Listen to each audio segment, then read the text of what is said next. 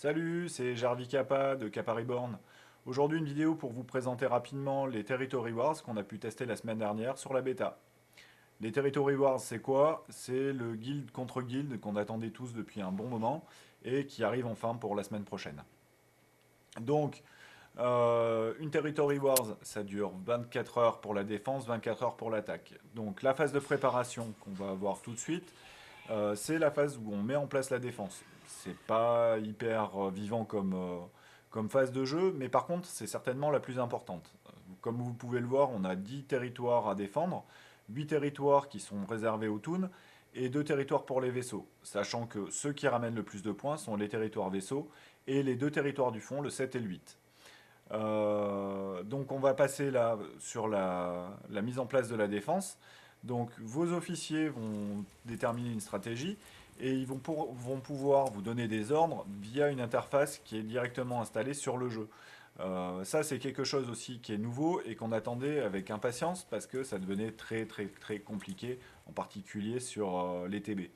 Donc une fois que les ordres sont donnés, on va commencer à installer nos teams. Donc, nous, on était 48 participants. Il y a donc 24 teams à mettre en place sur chacun des territoires. Ça paraît beaucoup, mais en fait, on y arrive. Attention par contre, chaque toon que vous placerez en défense sera gelé pour la durée de la Territory War. Donc, ça veut dire plus de gear, plus d'étoiles, plus de mode modifiable. Et ça, c'est une fois que le timer des 24 heures est terminé pour la mise en place de la défense. Une fois que la défense est mise en place, on va passer à l'attaque. Donc là, l'attaque, c'est clair, c'est ce qui nous plaît le plus et ce qui ressemble de toute façon le plus à ce qu'on connaissait déjà, à savoir les guerres galactiques et les arènes. C'est un compromis entre les deux. Pourquoi? Tout simplement parce que déjà, on va pouvoir choisir les teams qu'on rencontre, un peu comme sur les arènes. Et on aura un timer. Donc là, c'est vraiment mode arène pur et dur. On va rester un petit peu sur le combat, ça va me permettre de vous expliquer un certain nombre de choses. Donc les teams que vous allez rencontrer sont théoriquement des grosses teams défense. Attention toutefois, parce que en fait, une stratégie, ça peut être aussi de bluffer, de vous faire croire qu'une équipe est forte, alors qu'au final, elle n'est pas hyper costaud. Le but de toute façon, c'est pour la défense, c'est de vous faire bouffer un maximum de toons, de manière à ce que vous n'arriviez pas à leur prendre tout leur territoire, ou au moins ne pas arriver au territoire du fond. Euh, Nous, on avait mis une petite stratégie en place qui a plutôt bien marché, mais on a eu de la chance aussi parce que le matchmaking nous avantageait vachement.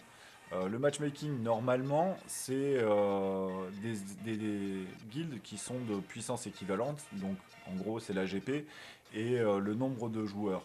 Bon, sur la bêta, bien évidemment, on était 10 000, donc ça faisait pas énormément de guildes.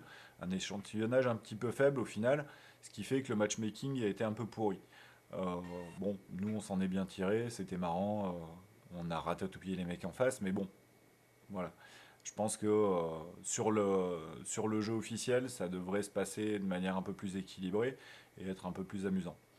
Un autre truc aussi dont je voulais vous parler, c'est le fait que vos teams, euh, une fois utilisés, ne peuvent plus du tout être réutilisés. C'est-à-dire qu'il y aura une seule attaque pour la team que vous voyez là de rebelles. Par contre, la défense, si j'avais pas réussi à la battre, eh ben, il aurait fallu que je remette une autre team pour la buter. Et, euh, et ça, bah, ça avantage quand même clairement la défense. Donc bon, voilà, vous voyez, hein, on a remporté la Territory War. En tout cas, on a ramassé un maximum de bannières. euh, et donc, on va aller récupérer nos dots, qui sont plutôt intéressants.